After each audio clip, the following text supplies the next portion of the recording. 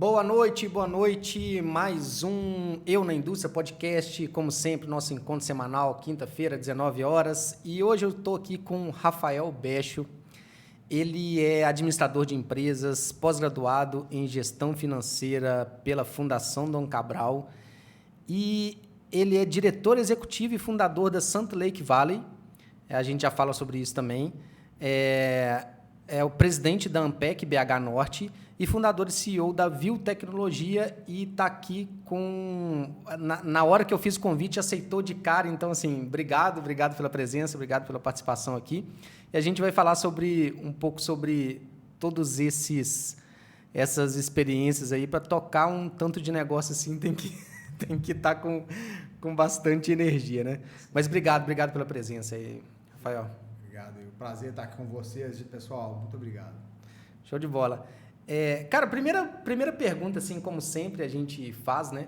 Como é que você chegou até aqui? E assim, só para contextualizar para o pessoal, nós estamos em Lagoa Santa. Lagoa Santa é grande BH, do lado do aeroporto de Confins. É um lugar sensacional para morar, eu também sou suspeito para falar. Então, Santa Lake Valley é uma iniciativa, né, que depois a gente fala melhor do Santa Lake Valley. Mas, assim, como que você chegou até aqui? Um pouco da sua história aí de vida até chegar no estado atual aí, criar o Santa Lake Valley. Como é que é isso? Antes de começar o assunto mesmo, deixa eu interromper, pedir o pessoal para se inscrever. Eu vi lá que muita gente está acompanhando e não é inscrito. Então, pô, ajuda a gente aí a crescer o nosso canal, a alcançar mais gente aí da indústria. Senta o dedo no like aí também.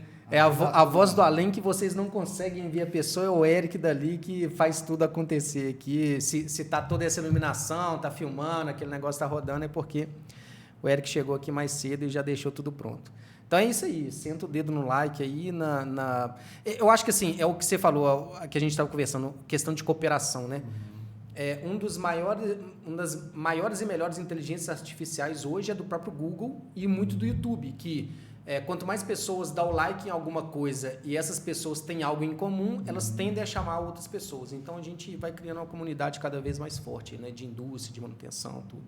Então, bem lembrado. Muito valeu. Bom. Ajudar o outro é simples, é só apertar o botão. Dói o dedo, não machuca o dedo. É isso aí. Vamos lá, pessoal. Boa noite. Muito obrigado, Igor, pelo convite. É sensacional estar com vocês. E para começar, eu queria falar um pouco até. A gente tem que começar do início, começar do começo, né? Lagoa Santa. Minha infância foi aqui. Então, assim, meu pai tinha comprou um sítio aqui quando era criança, e a gente vinha todo final de semana aqui, a gente via a cidade inteira de terra, né? A cidade era só terra, não tinha nada, tinha padaria Florença, tinha mais uns 2 ou 3 anos de mais nada. Então, eu via essa cidade crescer, né?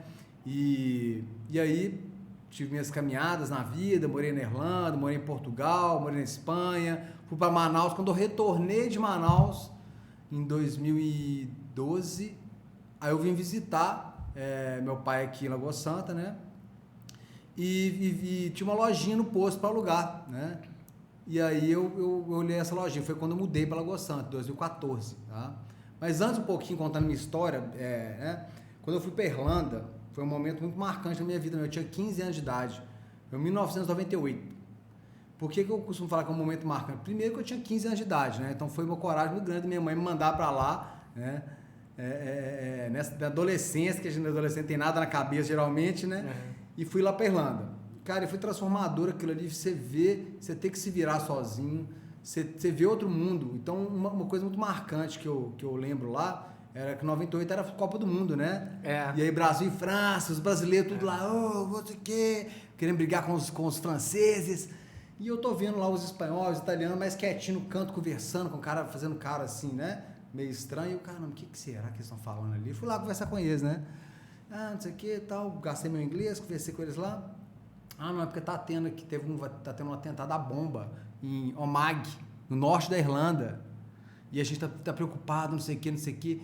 Eu olhei aquilo ali e falei, cara, olha ali, os brasileiros preocupados com nada do que está acontecendo do lado da gente aqui, uma coisa política totalmente... E aí, eu comecei a conversar com o pessoal, entendi o contexto, e aquilo ali foi transformador da minha vida. Eu falei, cara, o mundo é muito maior do que a gente imagina, do que ficar preso às coisas que a gente que todo mundo tá falando. Então, assim, não que a gente não tem que ver futebol, mas depois daquilo eu dei uma importância menor para futebol, por exemplo, né? Cruzeiro Atlético, antes era não sei o quê. Cara, e me preocupei mais com as coisas da vida, do mundo, né? Então aquilo ali abriu minha cabeça de uma forma que não pode imaginar, né? Então, depois disso eu terminei a escola, né? Tive um acidente grave também, de escalada. Tava escalando na Serra do Curral, caí lá de cima. Tive um acidente gravíssimo, fiquei em coma, tive traumatismo craniano. Sério? Achei que não ia voltar ao normal, Isso com que idade? com 16. Nossa. 1999. E aí, graças a Deus, consegui, voltei, né, recuperei, passei no vestibular em Engenharia Eletrônica e Telecomunicações. E comecei na UNBH, certo? E aí, no meio do caminho, surgiu um monte de desafio. E aí, quando você perguntou quando que eu cheguei aqui, eu já queria começar falando. Eu cheguei aqui hoje por causa de tudo que aconteceu, por causa das coisas certas e erradas, por causa dos erros, principalmente, né? Quando a gente vê os erros como uma forma de crescer, é que a gente cresce de verdade. Então, em 2002, surgiu a oportunidade de eu fazer o CPOR. E aquilo ali para mim, não, fazer exército, né? Para mim, eu achei muito boa a ideia. Só que, em cima da hora, o negócio deu errado. O coronel morreu, não sei o que, deu tudo errado o que eu ia fazer. Acabei indo para Espanha. Outra experiência sensacional. Fiquei na Espanha, fiquei em Portugal, aprendi muito sobre a vida, trabalhei lá, cara, vendi caipirinha na praia, fiz tudo que eu tinha que fazer. Quando eu voltei, eu assumi a empresa de cachaça do meu pai, a cachaçaria do meu pai. Ele tinha uma fábrica de cachaça, né? E aí eu assumi e comecei a fazer administração de empresas. Formei administração de empresas. Quando eu estava quase formando administração, meu pai resolveu vender a fábrica. Meu pai é médico, ele não queria mexer com isso. E aí botei meu currículo no mercado. Quem me chamou? Uma empresa de eletrônica. Eu trabalhei em multinacional, trabalhei muitos anos. Por ela eu fui lá em Betim, por ela eu fui para Manaus também. Fiquei em Manaus alguns anos. Já até sei a empresa. Tá? Fiquei 3 anos em Manaus por essa empresa. E foi uma experiência muito boa também. Trabalhar com uma equipe muito boa. O crescimento meu foi meteórico dentro dessa empresa. Legal. Já tiveram outras pessoas que veio aqui, que já trabalhou lá, se foi a empresa que eu estou pensando, e que falou que, de fato, lá é bem interessante, ambiente muito bom, né, de trabalho. Tudo. Muito. Eu tenho um grande orgulho de ter trabalhado lá. Posso citar, né? Jabil. Não era a que eu estava pensando, não. A Jabil, cara, empresa sensacional, com excelentes recordações. Ela é lá em Betim, né, no EAD, no Porto Seco. Cara, que empresa gigante. São 40 e tantas fábricas em 30 e poucos países. Legal. A empresa é muito grande. E faz o quê? Ela é uma contract manufacturer. Ela produz para os outros, né? Então, por exemplo, eu era responsável pelas maquininhas de cartão de crédito da Verifone. Tá. Entendeu? Então, tem clientes como Samsung, os nossos concorrentes, por exemplo, produzem para Apple. Ele é white label, tipo, ele entrega para a marca e a marca coloca o... Ele é um terceirizador, né? Então, a marca entrega o projeto pronto, fala, olha, esse é o celular que eu quero fazer, esse é o projeto, quanto você me cobra? E aí faz uma cotação geral, né? Faz uma cotação em vários lugares, né? Em várias empresas diferentes, que são do mesmo ramo, que são terceirizadas. E aí cada uma entrega o seu orçamento, né? E quase sempre decidido pelo tributário, né? Que é uma coisa também que por isso que tem a fábrica em Manaus, tem em São Paulo e tem aqui. Porque qual governo estiver oferecendo melhor condição tem que ficar nessa guerra fiscal, né? Que é uma coisa que, se Deus quiser, vai acabar, que é outro assunto também, que é a reforma tributária. E aí, continuando, quando eu saí da Jabil, né? Eu voltei para BH e é uma coisa também que eu gosto de falar também, como que eu cheguei aqui até hoje, é a busca pelo propósito de vida. Cara, isso aí também é uma coisa que... Hoje eu tenho 40 anos, vou te falar que eu descobri tem pouquíssimo tempo sobre o meu propósito de vida. Porque ele sempre está do nosso lado, ele sempre está na nossa frente. Só que a gente se recusa a ver, especialmente quando a gente é mais jovem, a gente fica muito focado no quadro geral, né? Em algumas coisas e não foca no que é importante. Então, quando eu saí da Jabil, eu voltei de novo, aí eu voltei e me chamaram para trabalhar com festa. Trabalhei na sala, chalezinho, em BH, né? E aí, quando eu vim para Lagoa Santa, trabalhei com o quê? Restaurante, meu restaurante, né? Montei um restaurante aqui que era um sushi bar. Cresceu, virou um pub, que era o Cone Stop, né? E aí, fiquei 7 anos com esse pub aqui em Lagoa Santa. E... Comi várias vezes lá, Já? não sabia não. Legal. Nossa, e era bom, viu? Sushi, Bem bom. temaki, show de rock. Eu gosto dos hots, né? Então eu sempre pegava aquela caixinha com aqueles vários promoções hots ali. hots, Então, assim, foram 7 anos também trabalhando nessa área aí. E aí, cara, chegou na pandemia, tem que fechar. Eu tava reformando, fazendo um palco novo. E aquilo ali foi um baque, assim, enorme, né? Porque eu tinha acabado de investir uma grana no local, né? Que era alugado. E aí, quando eu fui pra casa, parei, pensei na minha vida, cara. Refleti sobre tudo, sobre minhas escolhas, quando eu era mais jovem, o que eu tinha feito, o que eu tava fazendo agora.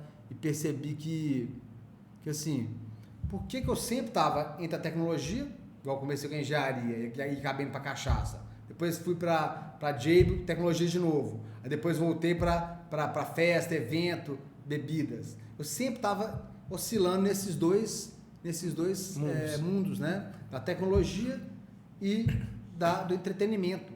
E aí eu comecei a entender, comecei a voltar na minha infância, entender como que eu fui criado, lembrar de assuntos da minha infância. Na pandemia todo mundo teve muito tempo, né? Eu tinha estoque enorme lá de tudo, gin, vinho. Então eu tive bastante tempo para pensar na vida. Durante a pandemia. E fechado, podia abrir, né? Meu setor de shows, de eventos foi um dos mais prejudicados, né? Ficou ficou 2 anos. 2 anos, 2 anos mesmo. Porque até o de alimentação, pode fazer delivery. Cara, mas o delivery não sustenta uma estrutura que eu tinha, né? Então, até fiz delivery uma época, levei o delivery pra minha casa, eu mesmo fiz. Então, assim, só que chegou uma hora que eu falei, cara, não é isso. Não é isso. E Deus ajudou também, né? Deus falou, pegou minha esposa, colocou a carreira dela pra cima na pandemia. Enquanto a minha foi lá embaixo, né? A dela... Então, e ela falou, olha... Você quer mesmo sair desse ramo, voltar para a tecnologia? Eu falei, quero. Ela falou assim, então vai, porque agora eu que vou segurar a casa. Olha, você tem certeza? Você sempre achou que era tranquilo segurar a casa, que eu gastava demais à toa? Você vai sentir na pele, hein? Não, pode vir, pode deixar.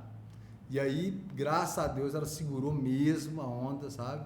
Fechei, fui lá, fechei as janelas, as portas, entreguei tudo. Cara, vendi as coisas, agora não tem como voltar mais atrás. De vez em quando a gente tem que fazer isso, né? Fechar algumas portas. Pra gente poder abrir outras. Então, cara, isso aí foi assim, um baque, né? Porque imagina, você tá com tudo na vida, né? Faturamento de mais de 2 milhões por ano. De repente você, zero. E mexeu de novo comigo. E eu voltei lá na minha infância, pensei em tudo, como que eu fui programado.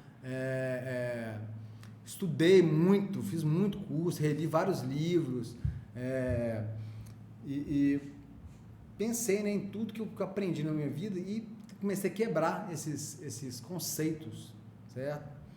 E durante esse processo aí, cara, foi muito assim, dolorido, né? Porque você mudasse, você quebrar seus conceitos, é muito dolorido. Mas ao mesmo tempo, depois que eu tinha quebrado tudo, comecei a construir novos, foi transformador. Está sendo ainda transformador, né? Voltar a acreditar nos meus sonhos, voltar a acreditar que é possível, tudo que a gente quer, a gente consegue. Então, voltando. Aí depois da pandemia, em 2021, né, quando ainda estava na pandemia, né, eu resolvi abrir a Vil Tecnologia. Falei, cara, agora eu vou voltar, né? Todo cara, vai abrir outra empresa. Vou abrir outra empresa. Era a minha terceira empresa. Outra empresa. Mas você quer dívida trabalhista, eu vou pagar. Esquenta não. Nossa Senhora. Aí veio rolo de trabalhista em cima, enfim. Fechando a anterior, né? Que você fala. E, não sei o que, vou. Então, sim, né? E aí a família geralmente, né? Vai, não, deixa que eu vou. E aí a Vil Tecnologia surgiu como segurança colaborativa, mudar a forma de ver a segurança. Porque hoje a gente tem a segurança, todo mundo sabe que câmera, alarme, isso é importante, cerca elétrica, todo mundo sabe que é importante, né? Só que elas não fazem nada, só que a cerca elétrica não faz nada sozinha, a câmera não faz nada sozinha. Não adianta você ir lá só depois que já aconteceu para você ver o que aconteceu. Você quer prevenir o crime, né? Então, a Viu-Tecnologia hoje, ela é uma empresa de segurança colaborativa. Como que funciona? A gente brinca que seu vizinho fofoqueiro é o melhor vigia. Dá um celular na mão dele com as câmeras do bairro para você ver se ele não... Dá sinal até de quem jogou um papel de bala no chão. Né? Ah lá, o fulano tá empinando moto, já printa lá da câmera e já manda pro grupo. Então, assim, esse é o conceito da Viu, é usar a força da vizinhança para aumentar a prevenção e a solução de crimes também. Então, hoje nós já estamos em 8 bairros, estamos com mais de 300 clientes aqui. Então, a gente já está com um MVP, a gente está indo para o nosso terceiro MVP, né? Então, o primeiro e o segundo já estão em operação, já fase de operação, e agora nós estamos testando outros MVPs para a gente ver se vai pivotar, se vai manter, né? Se a gente consegue alguma outra abordagem, o tal do Perfect Market Fit, né? Market Fit perfeito, né? De cliente com produto. E... eu vou te perguntando, tá? Só para você vai guiando, e abrindo os parênteses, porque assim, muito do nosso público que está aqui nos assistindo veio da indústria, é da área de manutenção. Aí você falou no MVP. Vamos lá, MVP, qual que é a sigla e o que significa, só para o pessoal... Não, perfeito. Minimum Value Product, né? É o mínimo produto viável, Minimum Viable Product. É o mínimo produto viável. Quando você provar, vou produzir um celular. Ah, tá, eu já tenho um projeto aqui maravilhoso, tal. Olha aí, ó. Não, peraí, mas você já testou? Funciona? Tem cliente? O cliente vai gostar? Então, hoje a metodologia ágil de startup, ele prevê o seguinte: você tem que fazer rápido, lançar logo, para você errar rápido, para o cliente falar, não, tá errado, isso aqui tá errado, pode trocar isso aqui, para você fazer outro. Outro. Por quê? Porque você antigamente dava tempo de você fazer um produto, idealizar, nossa, agora tá perfeito. Agora vamos para o protótipo, não sei o quê. Então hoje em dia não dá tempo mais. Hoje em dia, se você esperar isso, alguém já lançou na sua frente. Então a metodologia hoje de startups, ela diz isso, que você tem que rapidamente produzir um mínimo produto viável. Então isso em software, por exemplo, você tem que fazer um protótipo rápido, que não seja completão, mas tem que fazer um rápido e botar na mão do cliente para ele testar. Porque só assim que você vai saber se o cliente vai gostar, se ele não vai, se ele vai estar disposto a pagar, quais são os erros que você tem que corrigir. Se você esperar, né? E no final das contas, o que valida mesmo é alguém passar o cartão e pagar pela solução, né? Falar assim, tem valor, né? Só para fazer uma analogia também para o pessoal entender, às vezes tem clientes nossos da Melvin assistindo também. A gente passou pelo mesmo, quando a gente fala em startup, principalmente no início, é um projeto de uma empresa, né, que precisa ser validado e o MVP valida o produto perante o mercado. Então, quando a gente foi lá em início de 2020, final de 2019, ter o primeiro produto viável, assim, o básico do básico do básico, se comparar com o produto de hoje, ele parecia uma folha em branco, né? Aquele negócio meio feiozão, mas que tinha um básico ali para fazer a gestão de manutenção. Mas era o mínimo do mínimo que a gente considerava falar assim, isso daqui eu consigo vender, menos do que isso não dá. Então isso daqui é o mínimo, por isso o MVP, né? Só para contextualizar para o pessoal. E muito massa, porque tudo começa assim, todas as gigantes, né, que a gente vê hoje, Apple, Google e etc. E elas estão constantemente fazendo novos MVPs de novos produtos ou testando outras coisas nos produtos existentes, né? Perfeito. Então, só para contextualizar, porque a gente está falando de tecnologia, está falando de uma área que é muito técnica também, mas muita gente não vai entender muito porque não é a realidade, porque tá na indústria e tal. Não, sim. Mas vamos lá, continuando. Então, vocês fizeram esses MVPs, já está rodando em cerca de 300 clientes. Isso. Mas como é que é isso, assim? Vocês instalam... A câmera é o dedo duro? Tipo, a câmera é o centralizador das informações? Boa pergunta. Na verdade, quem é o dedo duro é a pessoa, né? Mas ela é através da câmera? É através da câmera. A câmera a gente instala em vários locais diferentes, né? Na rua mesmo? Tipo no poste? No muro das casas. Ah, tá. É colaborativo, tá. Isso. Então no muro das casas. E a gente liga na internet da casa. Cada casa hospeda uma câmera. Ok. Uma câmera IP. Então a câmera não precisa de DVR, não grava local, só grava na nuvem. Então é impossível deletar a imagem, primeiro ponto. Tá. E aí são câmeras de vocês? Isso. Tá. Esse primeiro MVP, sim. Tá. Eu tenho, por exemplo, a Ring lá da Amazon. Eu conseguiria conectar a vocês ou ainda não? Qual que é? A Ring da Amazon, sabe? Sei, Aquela... sei. Cara, consegue conectar. Mas assim, aí que a gente fala, tem que ser sempre externo, né? A gente não vai colocar interno, porque aí todo mundo tem acesso, claro. Consegue conectar qualquer câmera. Ah, legal. Então, assim, inclusive um dos MVPs mais pra frente que a gente quer lançar é um que as câmeras são todas as do cliente. Ah, plug and play. Eu chego na sua plataforma, conecto a minha Conecta câmera sua lá câmera e tenho acesso às outras. Do seu bairro, da Legal, sua cidade. legal. É um MVP futuro que a gente quer testar também. Legal, Tá? legal. Então tem que ir testando, não tem jeito. Uhum. Então é o que a gente fala. Quanto mais rápido você testar, melhor. Uhum. Porque você nunca vai saber se você não Claro. testar na real. Claro. E óbvio que também não dá para você também sair vendendo tudo. Então tem coisa que você tem que testar, grátis. Então assim, o processo de teste, startup serve para isso, exatamente o que você falou, né? Uma empresa madura, ela é mais difícil dela fazer um MVP no mercado porque pode queimar o filme dela. Uhum. Então muitas empresas hoje fazem o processo de inovação aberta fora, inclusive, justamente para facilitar, para baratear. Uhum. Então eles pegam um produto e falam, eu quero que você teste isso aqui. Aí chega uma startup, lança como se fosse dela, deu certo, deu. Vai lá e entrega para a empresa grande. Uhum. Então hoje as empresas grandes fazem muito isso. Chama inovação aberta que eles trabalham. Tem muito também, vou contextualizar para o pessoal da indústria. Vale, Petrobras, Arcelor são Fundição Tupi também em Joinville, que eu saiba são as maiores que tem mais bem organizados. Tem a outra também, uma que, nossa, eu achei sensacional. Mas enfim, como é que eles fazem isso? Por exemplo, se você for lá hoje no site da Vale, da Arcelor, tem uma parte de inovação aberta, onde eles colocam desafios específicos para solucionar um determinado problema, e se a sua startup conecta com aquilo. E assim, foi bom para todo mundo, né? Porque assim, eu já fui da indústria, lá de dentro, como funcionário da empresa, e muitas vezes a gente participava de uma equipe de melhoria contínua lá dentro. Tá bom, é válido. Só que assim, comparando eu lá dentro numa equipe de melhoria contínua com aqui fora como empreendedor, lá dentro eu estava muito comprometido com a empresa, tudo, mas deu 5 horas, estou indo embora, vou para casa, no dia seguinte eu faço mais um pouco e assim por diante. Eu aqui fora como empreendedor, eu dei minha vida. Então assim, se eu não pagar minhas contas, eu não vivo. E depende desse negócio. Ou seja, você acelera muito mais o processo, você tem muito...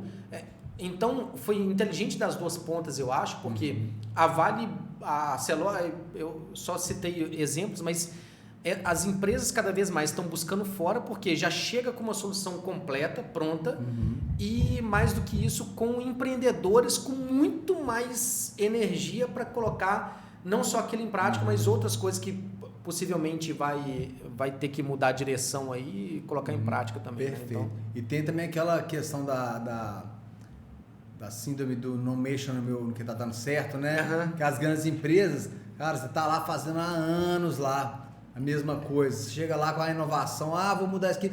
Pelo amor de Deus, não vai atrapalhar minha meta não, porque eu já tô aqui custando bater a meta. Já faço isso há 40 anos, meu amigo, que você quer me ensinar? Então isso aí foi outra coisa que favorece muito a inovação aberta, né? E eu continuando, você quer falar? Vai lá. Então, continuando aí, depois que eu fundei a Biotecnologia, comecei os MVPs e tal, e aí, só que nesse meio do caminho eu fui buscar no mercado, mentoria, fui buscar programas de aceleração, fui buscar capital, né?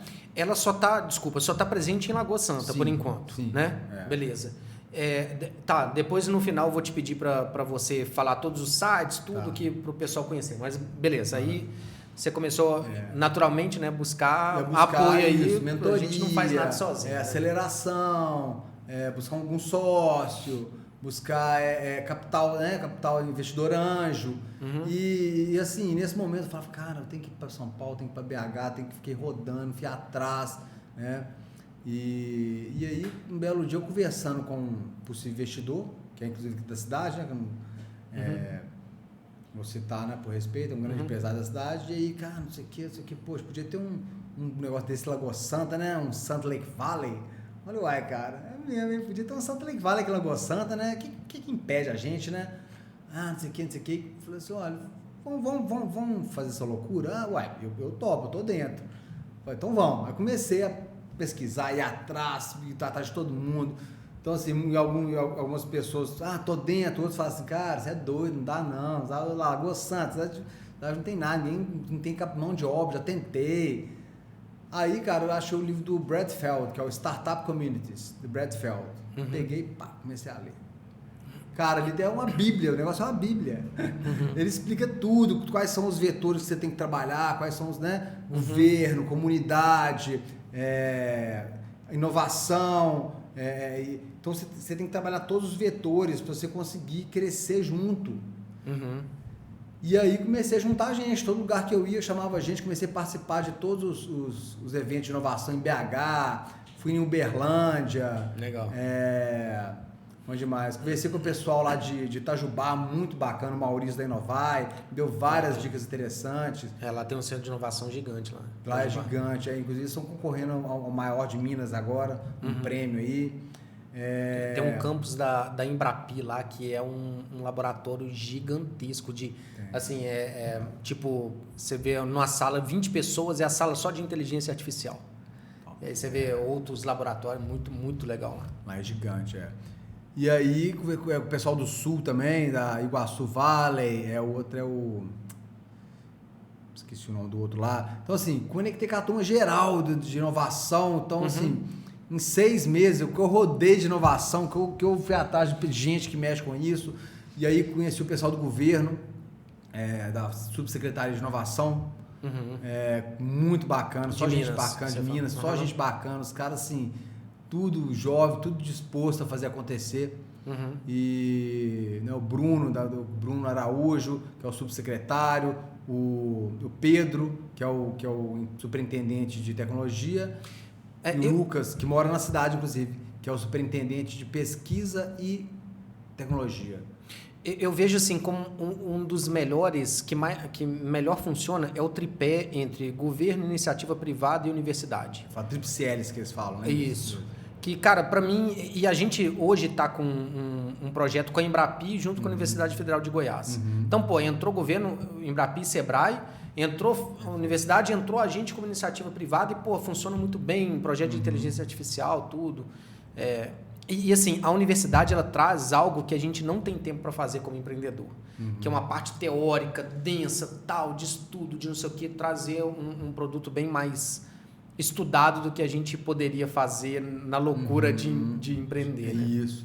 E aí, nesse caminho, justamente, tem essa tríplice hélice, né? E o Brad Feld, ele gosta de tratar de 4 pilares, porque ele inclui inovação. Entendeu? Você falou educação, né? Da universidade, educação, governo, comunidade, e o 4º pilar que ele bota é a inovação, que são as aceleradoras, são os hubs, parques tecnológicos, né? Mentores, venture capital. Então ele bota esse 4º pilar, o Brad Feld, que ele fala que precisa desse 4º pilar também. E aí no pilar governo, por exemplo, nós conseguimos, parceria com a vereadora Sabina, já aprovar uma lei de startup. Então a gente já tem uma lei de startup aprovada na cidade, e agora a gente tem que dar o retorno para a prefeitura o quê? O que a gente quer como startup? O que as startups precisam para desenvolver aqui? Nós precisamos de ISS no mínimo, que é 2%, precisamos de PTU, 2 anos de PTU, enfim. Ele já sabe que... Aí eu venho para cá de vez. Ele já sabe que é isso. Inclusive, o Breno, vice-prefeito, está esperando o retorno nosso, exatamente nisso. O que vocês querem?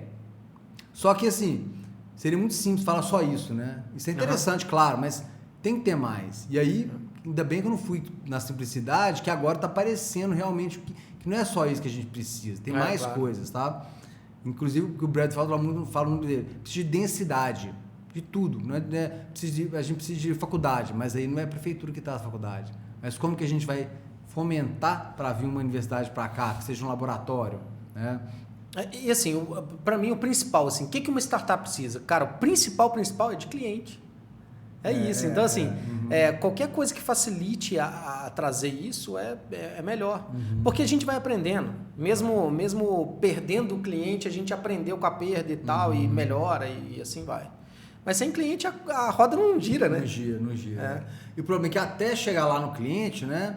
A gente precisa de várias coisas. A gente precisa de um apoio governamental, a gente precisa de suporte, porque nós estamos fazendo uma coisa inovadora. Nós estamos testando novos mercados, né? E a taxa de mortalidade de startup é altíssima, né? Então é um negócio que tem que ser doido para querer mesmo, né? Então, o que acontece? Então a gente já tem esse apoio aí do governo municipal, que agora a gente está numa fase de captar, mas de conversar com as verticais, que são as que podem ser as mantenedoras do ecossistema, que são as grandes empresas da cidade, né? Não vou citar o nome aqui, porque, né? Mas são as grandes empresas, a gente já está conversando com elas, com as gigantes da cidade. E aí, só que todas, hoje, assim, hoje nós estamos num momento de baixa liquidez, né? No mercado. Taxa de juros alta. O governo aumentou o gasto, o juros sobe para poder desincentivar, né, o gasto, né? Isso. Mantém a inflação. Mantém a inflação baixa. E aí isso causa uma fuga de capital do país, né? E com essa fuga de capital tem uma baixa liquidez. Então isso aí causa realmente alguns problemas que as empresas grandes, elas não querem investir agora, elas querem esperar, elas querem guardar. Por isso que a gente já vê, mas está todo mundo faturando mais e demitindo. Pois é, mas as empresas elas já vêm lá na frente, né? Elas já sabem que essa crise de liquidez vai afetar. Dizem que a partir de julho do ano que vem assim pode começar, né? Vai depender de tudo o que acontecer, né? Até a reforma tributária vai depender muito do que vai acontecer aí. Mas elas já estão com o pé no freio, tá todo mundo com o pé no freio, né? A gente está vendo demissões aí, né? No mercado, a gente está vendo que as empresas não estão investindo. Então a gente precisa muito dessa parceria aí de governos, né? Para poder falar, olha, investe aqui, a gente consegue te isentar alguma coisa aqui. Então é isso aí, cara. A inovação precisa disso, né? A inovação, e ela se paga, vamos dizer, ela se paga muito rápido, né? A inovação para uma cidade. Você vê hoje Nova Lima, cara, tá lá, bombada, né? Investindo pesado em inovação. Todas as cidades que investem em inovação colhem os frutos, né? Então a gente está aqui procurando isso, Lagoa Santa, fomentar o ambiente para a gente poder trazer nossas empresas para cá, nossos filhos, coincidente, nossas filhas estudando, né? Na escola, continuar estudando aqui, poder fazer faculdade aqui, poder ter as empresas dela futuramente aqui, né? Se elas escolherem ser empreendedoras. Então é isso que a gente quer. E eu julgo que Lagoa Santa está crescendo bem, né? Tá crescendo bem no sentido de está crescendo e ela tá vindo crescendo de forma sustentável, né? Você vê que Mas e aí como é que funciona assim o Salt Lake Valley? É Salt Lake Valley. Isso, como que funciona? Vocês têm tem algumas pessoas no conselho? Como é que funciona essa divisão de tarefas aí? O que vocês têm de rotina? Tem um ambiente físico que vocês se encontram? Como é que é isso? Ótima pergunta. Para contextualizar, eu queria até falar, por exemplo, do San Pedro Valley, né? Que foi a primeira um dos primeiros do Brasil, se não me engano, né? É do Iniciativa. Então, que foi meio orgânico, assim, né? Foi o JP do Hotmart e tal. Do Hotmart, o outro lá foi aquele do... Como é que chama? Da Melius, não? É uma dessas... Tá. Então, o que acontece? E eles ficaram muito só no WhatsApp. E até hoje, né? A São Pedro Valley só existe no WhatsApp. Vamos dizer assim, né? Hoje elas têm parceria com vários. Por exemplo, o Orb. O Orb já criou uma estrutura física, né? O Orb é bem legal. Raja Valley, mesma coisa. Mas o Orb já é uma iniciativa do Banco Inter, junto com o Localiza e tal. Isso. Mas aí eles têm parceria com o São Pedro Valley, então eles têm um local físico, né? Eles arrumaram as mantenedoras.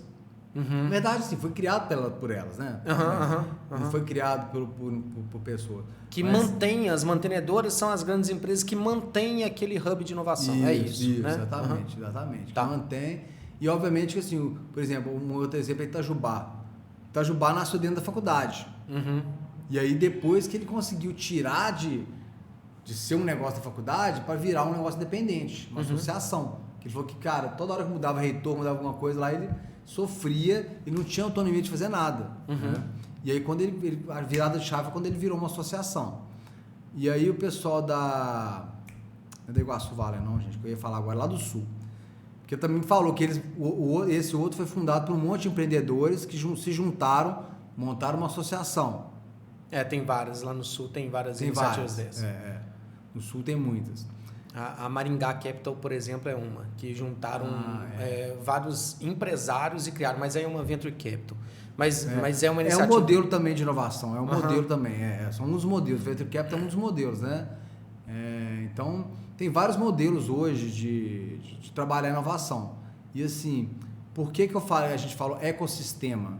Porque, por exemplo, quando você chega numa cidade, igual Maringá no Sul, Maringá, por exemplo, Maringá já tem várias faculdades, Maringá já tem... uma cidade sensacional. Muitas empresas grandes, tem um monte de startup. Então, para eles, criar só um Venture Capital, tá ótimo, eles já estão dentro do ecossistema, o ecossistema já existe. Né? E aí o desafio da gente fazer isso aqui lá gostando é justamente esse, porque não existe faculdade, né? Tem pouquíssimas startups. As empresas grandes aqui, elas meio que têm só seu departamento de P&D e ainda falta colocar cultura nelas. E o lugar mais importante da cultura é nas escolas. Porque não adianta nada a gente falar assim, agora nós temos um acelerador, cadê as startups? Você trazer de outros lugares? Nós queremos startups aqui. Nós queremos que os alunos das escolas públicas e das escolas privadas saiam, vamos montar startup, velho, vamos juntar aqui, hora que ideia legal, vamos fazer o desafio da empresa e tal. A gente quer que a cultura de inovação comece nas escolas, para as empresas. E aí vai vir uma faculdade, e aí a gente vai ter e aí tem o governo, pronto, a gente tem um ecossistema sustentável. Não adianta a prefeitura ir lá investir uma grana, manter um parque tecnológico. Cara, não adianta. Ele morre, ele pode ter um risco muito grande de morrer. A gente já vê em vários lugares parques tecnológicos lindos mortos aí, né? Por aí no Brasil afora. Por quê? Porque não preocuparam em criar o ecossistema completo. Então esse é o trabalho que a gente vem fazendo agora, tá? Hoje a Santa Lake Valley, respondendo a sua pergunta de forma objetiva, né? Hoje a Santa Lake Valley só existe no WhatsApp. Então somos hoje 22 colaboradores voluntários. Tá? Voluntários. Estamos sim procurando um mantenedor para a gente ter uma estrutura física, para a gente ter uma densidade, para a gente poder ter um lugar de reunir as pessoas das startups, onde vai ter choque de ideias. Então, choque de ideias que é a coisa que mais funciona. O Igor fala, cara, estou precisando disso. Cara, você é tranquilo, estamos aqui. Não, estou precisando do contato. Estamos aqui. É muito colaborativo. Então, assim, esse choque de ideias no mundo das startups é o que funcionou na São Pedro Valley, né? Porque aquele tanto de unicórnio que surgiu lá, porque um resolveu ajudar o outro. Voluntariamente, eles não ganhavam nada por ajudar o outro, mas eles ajudaram, porque eles sabiam que só assim que eles iam crescer. Então, hoje a gente tem algumas startups, temos mentores, temos pessoas do governo dentro já da nossa iniciativa, tá? Tanto municipal como estadual. E agora a ideia é transformar mesmo na associação, com cadeiras para a prefeitura, porque mudou a prefeitura, tem direito a indicar novos membros. O governo estadual, mudou o governo estadual, indica novos membros para participar do conselho. Então agora esse é o momento que a gente está vivendo, tá? A gente está procurando agora virar uma associação mesmo. E tem uma tese maior, assim, que você já percebeu, talvez por coincidência, por exemplo, dessas 22 pessoas que você falou que estão trabalhando de forma voluntária, existe uma tendência para ir mais para, por exemplo, para a indústria, ou para a área de saúde, ou para a área de segurança pública, alguma coisa assim, ou não? Ou está bem diversificado? Não, boa pergunta. Eu percebi que tem muita gente da área de saúde. E assim, no início a gente mapeou algumas, foi até uma excelente pergunta, que no início a gente mapeou algumas vocações que a gente observou na cidade. A primeira delas, que ninguém consegue disfarçar, é a aeroespacial. Que aí foi até uma coisa, todo mundo vê aquela plaquinha, CTCA, você já viu? Centro Tecnológico de Capacitação Aeroespacial. Que legal, tal, todo mundo via lá. Fui descobrir, tem uma escola pública hospedada lá. O negócio parece que virou um elefante branco, aí acabou que o governo estadual cedeu para a prefeitura instalar uma escola pública lá dentro. É mesmo? Então a gente Você fala lá na entrada da cidade? Não, aquele lá é o CIAR. CIAR é o Centro da Aeronáutica, né? Sim. Aeronáutica achei que você tava, eu achei que você estava falando alguma coisa ligada à aeronáutica. Você está falando de onde? CTCA, você subir naquela praça principal ali. Onde que está o skate lá agora? É isso, onde está o negócio de skate. Lá tem a CTCA, Centro Tecnológico de Capacitação Aeroespacial. Ali seria, na teoria, né? Isso foi na época lá do Pimentel lá. Era para ser o maior centro de capacitação aeroespacial do Brasil. É mesmo? Ele foi projetado para ser. Só que coisa de governo, aí... Aquele é estadual ou municipal? É estadual. Só que aí parece que o governo estadual cedeu para o municipal usar como uma escola municipal. Então hoje tem uma escola instalada lá dentro, uma escola pública instalada lá dentro. Né? E do lado tem outra coisa que é o Fab Lab, em Raros. Outra iniciativa que, pelo que eu escutei falar, também era do governo estadual, também parou também. Está fechado. Então é isso que eu falo. Vai lá, vamos criar um negócio de Raros. Cara, você tem que desenvolver o ecossistema em volta. Se você não olhar a faculdade que tem a ver com isso, se você não olhar trazer empresas pequenas, startups em volta disso, se você não criar todo o ecossistema ali em volta, o governo não faz nada sozinho, cara, não tem jeito. Nosso governo ainda tem essa mania, né, de achar que ele faz tudo sozinho. Nossos governantes eles têm essa mania, cria um parque tecnológico, tá pronto. Cara, mas você não consegue sozinho, não tem jeito. E a gente também, como população, eu acho que tem esse hábito de querer a coisa pronta do governo, né? E, na verdade, é uma... cultura. E tem que ser uma cultura colaborativa, né? De entender que a gente não faz sem o governo, mas o governo não faz sem a gente também. Exatamente. Não, legal. E assim, e a outra que você é... Nossa, fugiu a internet aqui. Da ANPEC, né? Isso. A ANPEC é uma associação da micro e pequena empresa. Que eu trouxe lá do Sul, inclusive. Uma das minhas visitas lá, conheci o senhor Ercílio Santinoni, que é o presidente hoje do CONAMP, que é a confederação, né, da micro e pequena empresa. Ele também é diretor do Sebrae lá no Paraná. E aí a gente combinou de a gente trazer as ANPECs para cá. É como se fosse uma CDL, né? Só é uma CDL, uma CDL mesmo, CE, né? Associação Comercial. E aí, só que é forte lá no Sul, e é mais focado no pequeno, no microempreendedor, no empreendedor individual. Ao passo que hoje a CDL, né? Hoje em Minas é muito grande, então ela não dá conta de dar atenção para o pequenininho. Ela, né? Então, assim, a ideia é realmente a ANPEC BH foi fundada, tá? E a gente está no processo agora de fundar a BH Norte esse mês ainda. Tá? Terminar o estatuto dela e começar a captar novos. Também já estamos com 25 pessoas envolvidas nesse projeto já também. Então, esses dois projetos estão caminhando juntos, até porque estão correlacionados, né? São associativismo. São coisas para fomentar o negócio na cidade, fomentar o empreendedorismo, que seja através de startup, que seja através de pequenos negócios, né? Que a startup é um pequeno negócio. Então, o associativismo, cara, é uma forma que eu encontrei de contribuir com a comunidade. Aí voltamos lá atrás, por que eu gostava de festa, por que eu sempre ia em evento? Conectou na minha mente. Porque eu gosto, porque a minha missão de vida é conectar pessoas, é influenciar pessoas, certo? O meu propósito de vida é transformar pessoas. Só que antes que tinha muitas pessoas que estavam dispostas para conversar, em festa. E por quê? Lá atrás, assim, né, na minha infância, eu cresci com churrasco todo fim de semana. Bebedeira, família. A maioria dos brasileiros cresceu assim, né? Churrasco, bebedeira, pagode, samba. Ainda mais quando você tem um alambique, né? Já é meio caminho andado. E aí meu pai tinha um alambique, aí eu ia pros botecos fazer degustação de cachaça. Na faculdade, meu apelido era cachaça. Ô, cachaça! E aí? Até hoje tem gente que me encontra na rua, cachaça. Cara, era cachaça mantiqueira. Peguei a fábrica, 7 anos que fiquei com ele lá. Era onde? Era em Barbacena. Ah, tá. Você falou Mantiqueira e é que nossa família é de lá de perto. Ah, é? De Barbacena. Legal. A família do meu pai é de lá de Barbacena. Ah, tá, legal.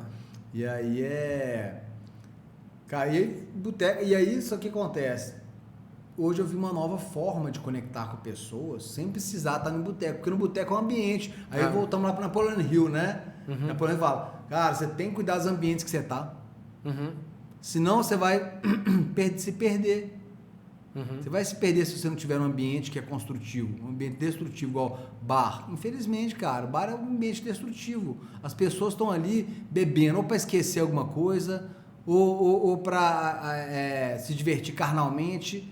E assim, não que seja errado, né? Mas é só um momento de vida. Quando a gente vai ficando um pouco mais experiente, nós homens temos que aprender a controlar a testosterona, né? Aprender o que é usar para o nosso favor. Usar para construir uma família, né? Usar para construir um legado de vida, né? Quanto mais velho a gente fica, a gente vai mais preocupando com isso, com o legado. O que eu vou deixar nesse planeta? Como que eu quero ser lembrado? O que vai estar escrito na minha lápide lá? Rafael Becho, um cachaceiro. Não era isso que eu queria deixar, né? Cachaça. Né? O cara mais gente boa de todas as festas. Não era isso, entendeu? Tem um negócio que é importante contextualizar também, e eu queria entrar um pouco nesse assunto do Napoleon Hill. Napoleon Hill, para quem não conhece, é um autor de vários livros, ele é americano, e assim, é interessante que a maioria dos livros foram escritos em 1940, 1930 e atual até hoje, né? Dentre eles tem um livro chamado Quem Pensa Enriquece, ou Pensa em Enriqueça, que depende da tradução, e que, se eu não me engano, eu posso estar errado nessa informação, mas se eu não me engano, foi o livro que mais vendeu, ele só perde para a Bíblia, se eu não me engano. É isso mesmo. É isso, né? É isso mesmo. E ele tem vários livros, enfim. E eu vi também que você fez cursos no Instituto Napoleon Hill. Me fala um pouco mais dele também. Eu acho que eu quando estava na indústria, eu fiz um curso na instituição Dale Carnegie, que também é outro americano, que também escreveu vários livros, best-seller e tal, que é o Como Fazer Amigos e Influenciar Pessoas, é o mais conhecido deles, e que para mim foi muito transformador, assim, foi sensacional. Mas como é que foi a experiência com o Napoleon Hill, assim, o Instituto Napoleon Hill? Como é que se a pessoa tiver curiosidade de querer ir lá e fazer, o que ela vai encontrar lá, como é que é? Olha, conheci a organização Mastermind, né? Parte de um amigo meu que de Lagoa Santa, o Chiquinho, do restaurante Maracujá. Um abraço, Chiquinho. Chiquinho é meu amigaço. E aí, Chiquinho, vamos ter um curso, não sei o quê, vamos fazer Mastermind. Eu falei, cara, sério, o que é isso? Vamos lá, vamos ver lá como que é, né? Bora, vamos lá ver. Onde? Era aqui em Lagoa Santa, né? Foi aqui em Lagoa Santa. Ah, foi aqui? Eles vieram pra cá dar o curso? Eles têm o curso aqui, tem sempre. É mesmo? 2 vezes por ano tem. Em janeiro começa o próximo. Sério? Acabou de acabar um agora, porque eu ainda participo como apoiador. Que massa. E aí, o último agora acabou, tem 2 semanas o último curso. Eu apoio eles, participo da formação, fui padrinho de 3 pessoas que formaram agora. Que massa. Então, assim, me chamaram lá em 2019, o Chiquinho me falou, vamos participar. Eu tava no Cone ainda, no restaurante aberto, né? Cara, nossa, será? Como que é o horário e tal? Cara, é à noite, uma vez por semana. Eu falei, nossa, será que eu consigo sair e tal? Vou dar um jeito. Vamos ver, vamos embora. E acabou que a gente não fez em Lagoa Santa, porque o dia que era na quarta, e o Chiquinho não conseguiu na quarta, só conseguiu na terça. E terça era lá em BH. Então vamos fazer em BH mesmo. Bom, então toda terça a gente saía, ia pra lá e fizemos as 12 semanas, né? E aí a história de Napoleon Hill é muito interessante, porque ele era um jovem jornalista, né? E ele era muito talentoso, mas ele não dava certo em nada na vida, cara. Tudo que ele fazia, ele parava, ele foi escrever no jornal, fez não sei o quê, tudo que ele fazia, ele não concluía, ele não terminava as coisas que ele fazia. E um belo dia ele encontrou o Andrew Carnegie, que é o magnata do aço lá, né? Se colocar nas escalas atuais, hoje ele teria mais grana do que o Elon Musk. Diz que ele é o mais rico da história dos Estados Unidos, assim, né? Chegou a emprestar dinheiro para o governo americano. Então o Andrew Carnegie chegou para ele e falou, cara, você é muito talentoso. E eu tô com uma ideia aqui. Quero ver se você topa fazer comigo. Aí, deixa eu ver, qual que é a ideia? A minha ideia é o seguinte, eu tô ficando velho e tal, só que eu quero passar o meu legado. Meu legado é o seguinte, eu quero ensinar para as pessoas como que é ter sucesso. Uai, bora? Pode falar. Não é assim não. Como que é então? Não, você vai ter que pesquisar, eu vou te dar uma lista de pessoas aqui, você vai ter que fazer entrevista com todas. Aí passou uma lista gigante para ele assim, cara, mas que isso? Mas quanto tempo demorar? Cara, não sei, mas eu vou te falar.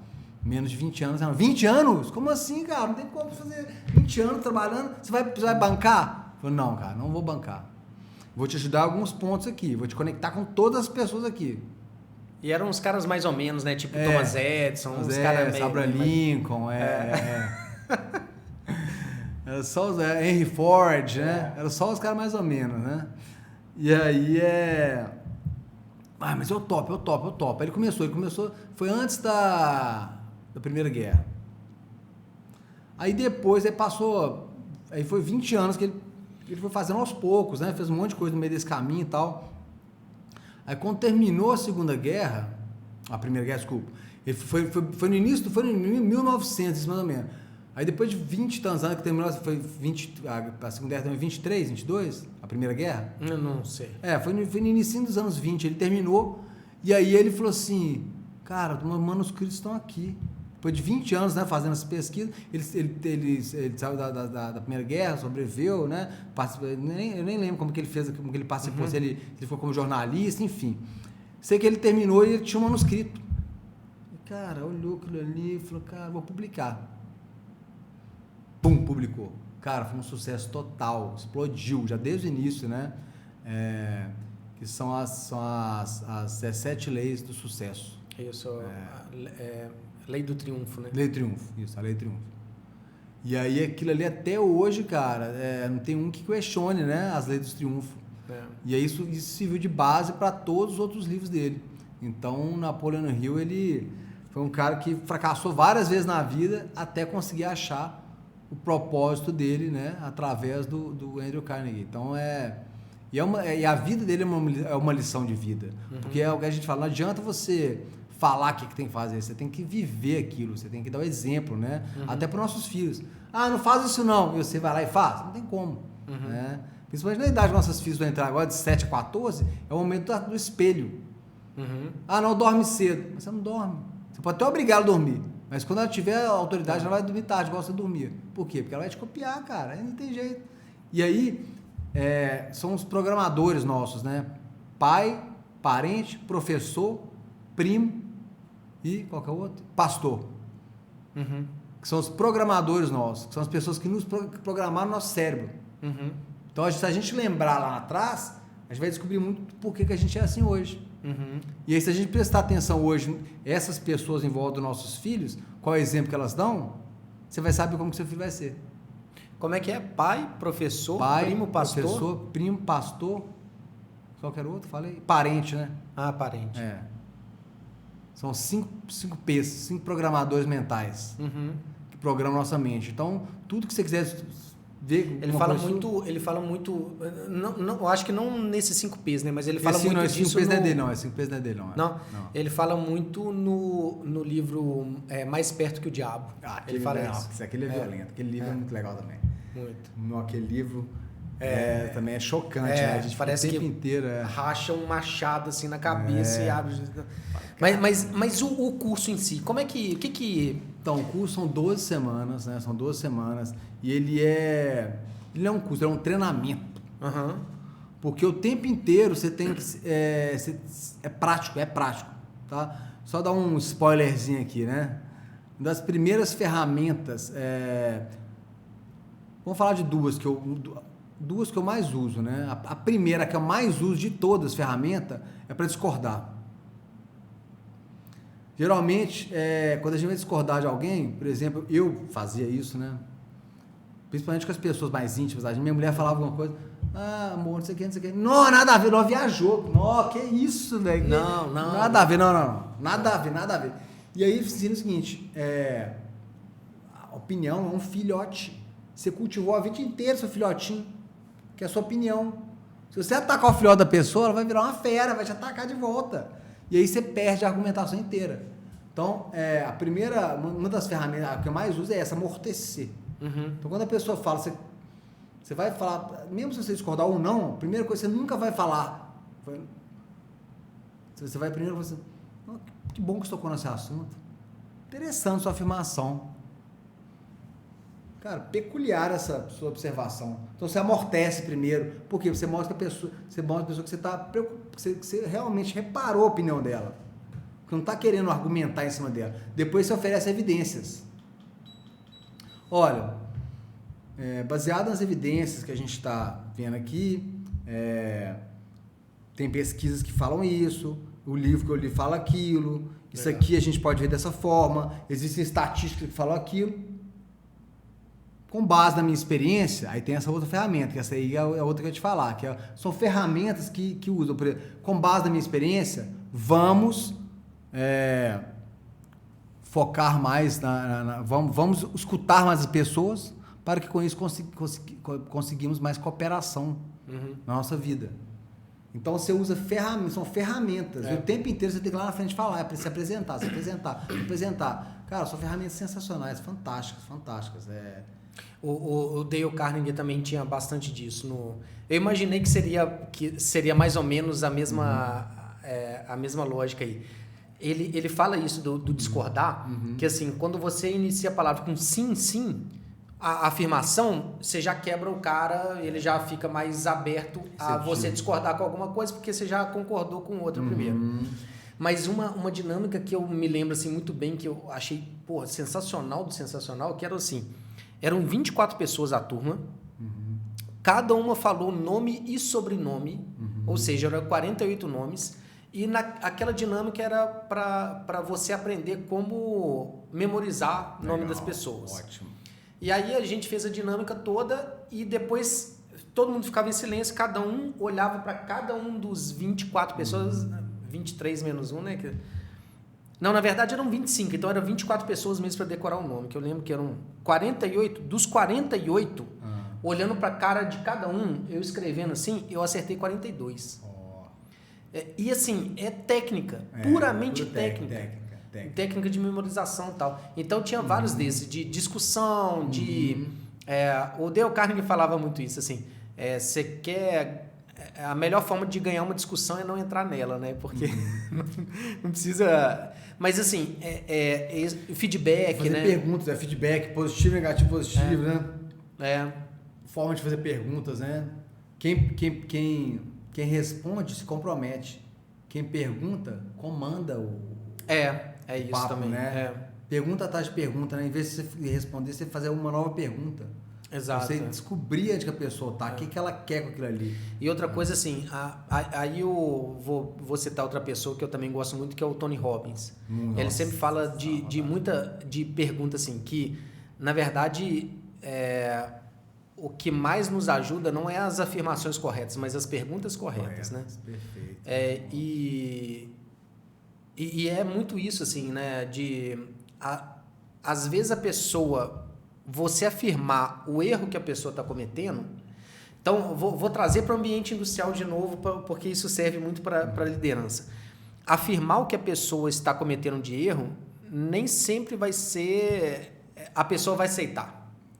Mas fazer perguntas que levem a pessoa a afirmar o erro que ela está cometendo, ela que está afirmando, então ela aceita. Perfeito. Porque veio dela mesmo, né? Perfeito. Por isso que livro é tão bom também, né? Porque ninguém está te falando, está te fazendo uma crítica, é você com você mesmo.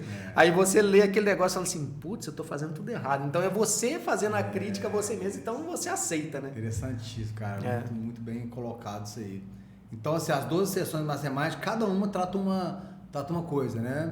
E geralmente, como são 17 leis, então são mais de uma lei por encontro.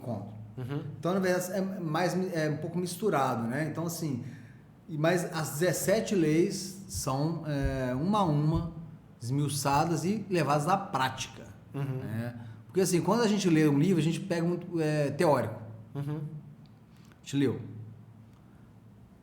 Quando a gente escreve, a gente já está botando na prática. Quando você vai lá, quando você fala, Aí você já tá, é outro nível de aprendizado.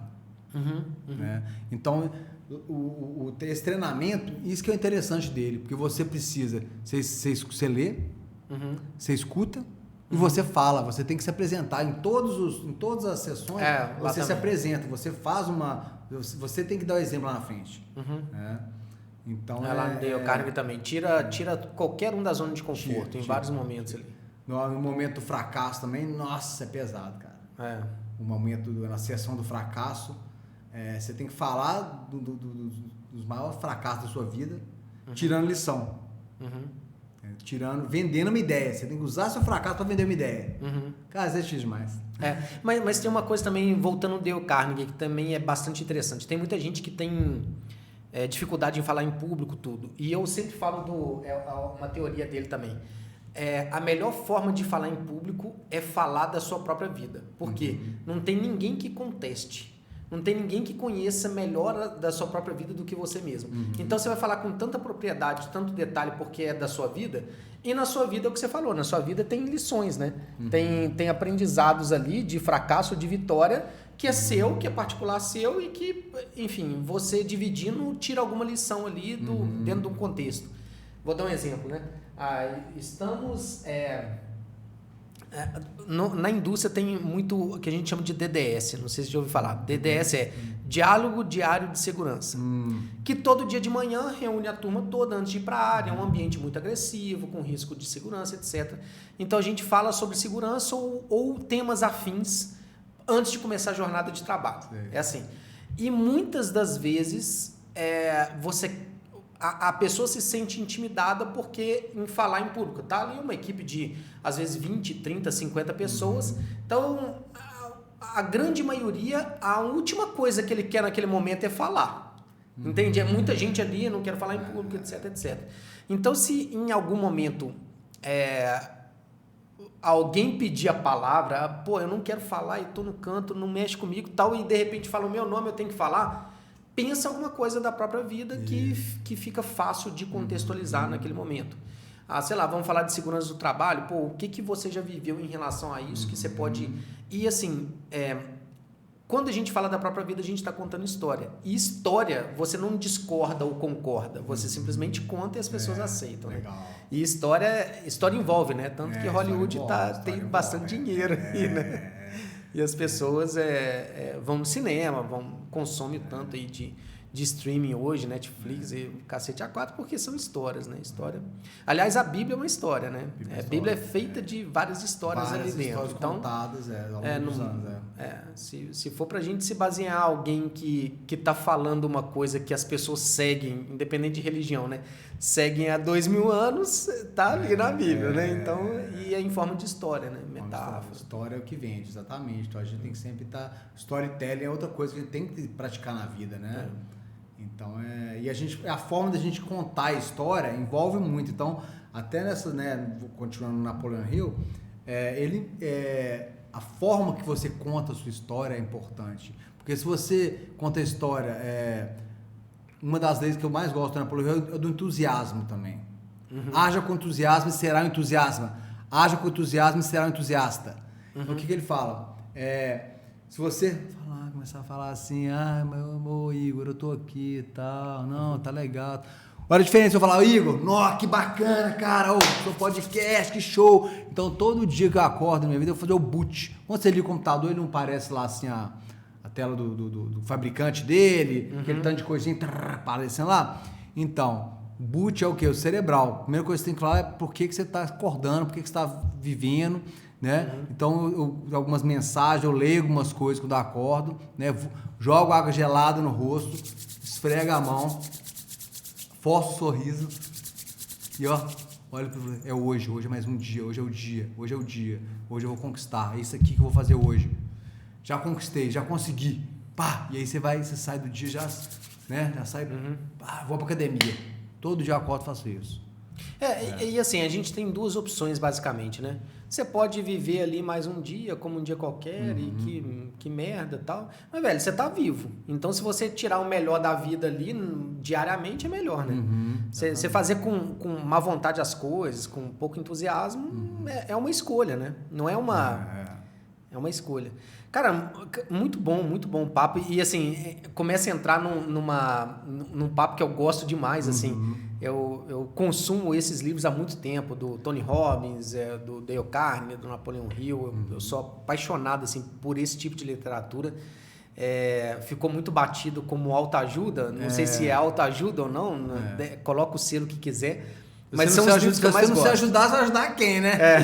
Como diz, né? Mas são os livros que eu mais gosto. E assim, cara, parabéns pela iniciativa aí. Pô, não é fácil recomeçar e não é fácil também pegar iniciativas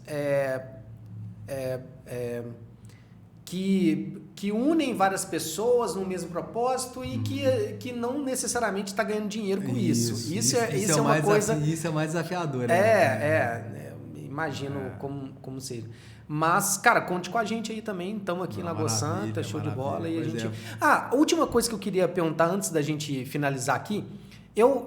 Assim, é uma loucura a vida de empreendedor, você sabe como é que é e tal, e eu não consigo acompanhar de perto as mensagens do grupo. Eu estou no grupo lá, mas não consigo acompanhar o tempo inteiro.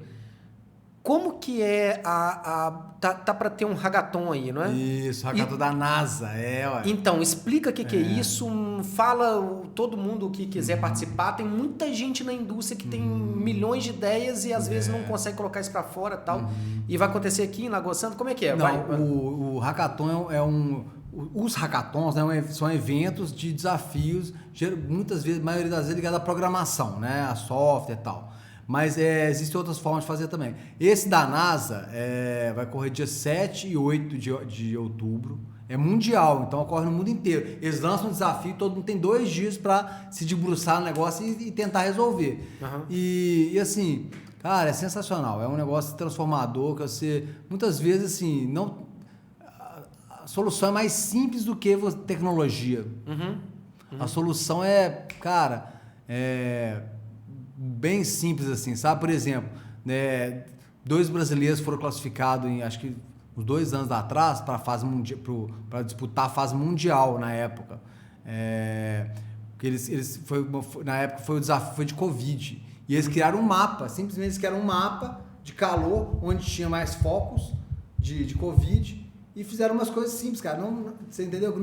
O negócio não é a tecnologia que a NASA precisa. A NASA precisa de mentes pensando em pequenos problemas. Então, nós temos a primeira reunião que nós vamos reunir na sexta-feira agora, para poder discutir melhor como vai ser essas mentorias e como que nós vamos lançar para o pessoal em geral de Lagoa Santa, das escolas públicas, como que nós vamos formar os grupos. E esse vai ser o primeiro que em Lagoa Santa nós vamos participar. E a ideia é a gente criar um grupo esse ano, para ano que vem a gente ser mais forte, o outro ano ser mais forte ainda, até o momento que a gente vai conseguir classificar alguém para a etapa mundial. Mas só para entender, eles soltam na página deles, deve ser, né? Na internet. Isso, um desafio. E aí, o que vocês estão organizando é que dia 7 e dia 8 de outubro vai se reunir num espaço físico mesmo, o pessoal que quiser. Isso, porque 7 e 8 de outubro é o prazo que eles dão. No mundo inteiro eles falam 2 dias. Você tem 48 horas para você apresentar soluções. A ideia também é o que você falou assim também, para tratar com soluções simples problemas complexos é o maior desafio. Esse é o maior desafio. Então eles lançam isso para que o pessoal entregue de volta alguma solução que... No final do prazo, o mundo inteiro ao mesmo tempo entrega. Beleza, mas especificamente do grupo aqui de Lagoa Santa, vocês estão organizando para que dia 7 e dia 8 encontre presencialmente um grupo de pessoas? Como é que é isso? Inicialmente nós estamos querendo, na sexta-feira vai ser a primeira reunião para a gente definir isso, né? Tá até muito perto, mas já tem um cara que já tinha tentado fazer 2 anos atrás aqui no Lagoa Santa. Então na sexta-feira nós vamos reunir com ele para ver qual que vai ser... como que vai ser a estratégia que a gente vai lidar. Se a gente vai encontrar essa equipe antes, como que nós vamos preparar, como que vão ser as mentorias. Legal. Então tá tudo começando agora. E ele convidou a gente nesse Leonardo, acho que é Leonardo, ele convidou a gente para participar, né? E aí nós vamos entender melhor como que a gente vai conseguir participar disso, mentorar, né, os jovens. E na sexta-feira, a partir de sexta-feira, a gente já consegue ter uma ideia melhor. E aí nós vamos lançar no nosso Instagram lá. E é um único desafio ou são vários desafios? A princípio, acho que são vários. Eu não tenho certeza, não. Tá. Isso nós vamos descobrir tudo na sexta-feira agora, que nós vamos reunir para poder ver como que é isso aí, direitinho. Mas é muita coisa, né, que tem nessa área de inovação, vários programas diferentes, né? O Startup Weekend também é outro muito legal, que também são desafios que reunir um fim de semana e fica isolado. Já ouviu falar do Startup Weekend? Não. Você vai para um local isolado, para um sítio, para uma casa, tranca todo mundo lá dentro e só sai de lá quando tiver montado uma startup. Então você tem 2, 3 dias para montar uma startup. Legal. Geralmente começa sexta e domingo, até domingo você tem que estar com um produto pronto e vendendo já. Legal. Então, assim, são os desafios muito legais que tem na área de inovação aí. E isso, o propósito principal é criar cultura de inovação. Porque quando você vê uma empresa desse tamanho e chega para um jovem na escola e fala, cara, você vai participar do desafio da NASA. O cara fala, caramba, que eu nunca imaginei na minha vida. Vai que eu ganho, vai que eu... Você entendeu? Então, assim, é um negócio que mexe com as pessoas. E aí mexe aonde? Na cultura. Como que é? A cultura come a estratégia no café da manhã. Não é essa a frase? Já ouviu falar essa frase? Não. Essa frase é pesadíssima. A cultura come a estratégia no café da manhã. Ou seja, você pode ter a melhor estratégia do mundo. Se sua equipe não tem uma cultura forte, meu amigo, você não vai para frente. Você não vai, porque faz sentido, né? ninguém, as pessoas vão hoje eles estão fazendo reunião aqui, não, vamos fazer isso aqui, ó, é isso aqui, essa é a nossa meta, mas se você não tem uma cultura de time forte, de cooperação, de superação de meta, a pessoa não vai bater meta. Então, por isso que ele fala, a cultura come a estratégia no café da manhã. Legal, legal, muito bom. Então, nós temos que criar cultura de inovação na cidade. Esse é o desafio que a gente está abraçando agora. E no meio do caminho, obviamente, nós queremos que startups cresçam, floresçam, surja um acelerador. A gente está para trazer uma aceleradora para cá também, tá? Depois vou ter que conversar com você fora isso, sobre essa aceleradora. E tem o pessoal também da FCJ, que a gente está em conversa com eles, legal. né? A gente tem contato com eles também. Né? Então, a gente tem um longo caminho pela frente, né? E muita gente envolvida. Um passo de cada vez. Você falou várias vezes em inovação e tecnologia. Vou deixar um outro livro aqui para o pessoal, um livro fininho, muito bom, que é do Carlos Nepomuceno, que ele é professor da UFRJ, e o livro chama Administração 3.0. Então ele fala bastante de tecnologia, inovação, porque a gente pensa em tecnologia hoje só eletrônico, né? E na verdade é o que você falou, às vezes a coisa está muito mais simples do que criar um negócio gigante. Perfeito. Então ele fala desde os primórdios lá, por exemplo, a ponte ligou um lado ao outro do rio, quando não existia. Então foi qualquer coisa que facilite a vida do homem é uma tecnologia, né? O Uber, táxi para Uber, né? E assim, quando a gente vai para o nosso ambiente industrial, principalmente da manutenção, que tem pessoas muito técnicas, cara, a galera tem muita ideia boa. E são muito bons, assim, uma ideia já muito bem formada, que é só botar em prática e tocar o pau. Mas, sensacional. E também vou deixar uma última coisa aqui que você falou da NASA, que eu acho também bastante interessante. Na NASA tem um quadro bem grande de uma abelha voando, não sei se você já viu essa, mas já vi. Colocando que, né, a abelha tinha tudo para não voar. A asa dela é muito pequena para sustentar o corpo dele. Ainda bem que ela não sabia disso, né? Nossa, essa é a frase, né? Ainda bem que ela não sabia disso. Sensacional. Seria impossível ela voar, mas ela não sabia que era impossível. Mas, cara, obrigado mais uma vez pela presença aí, muito bom o papo. E deixa aí os seus contatos, como é que o pessoal te acha, LinkedIn, Instagram, a sua startup, o Salt Lake Valley, enfim, fica à vontade. Vai escrever na tela ou só falar mesmo? Pode falar. Tá. É Rafael Becho Oficial, né, no Instagram. Sim. Salt Lake Valley, no Instagram também. E Viu com Y, VYU, tecnologia. No Instagram também. Aí lá você consegue encontrar todos os links dos sites, né? No outro. Eu te achei também aqui no LinkedIn, fácil, Rafael Becho. Rafael Becho, isso. Tá, aí consegue te achar lá e trocar uma ideia com você. Ótimo. Show. Será um prazer, viu? O pessoal da inovação, isso é muito bacana, que as pessoas da inovação são muito abertas a contribuir. E isso aí é fantástico, cara. Obrigado mais uma vez. Show. Valeu, Rafael. Obrigado, viu? Obrigado, viu? Então, pessoal, até terça que vem com mais uma aula gratuita com tema de gestão de manutenção com alguém da equipe aqui. Só ficar ligado nas nossas redes sociais. Valeu! Maravilha.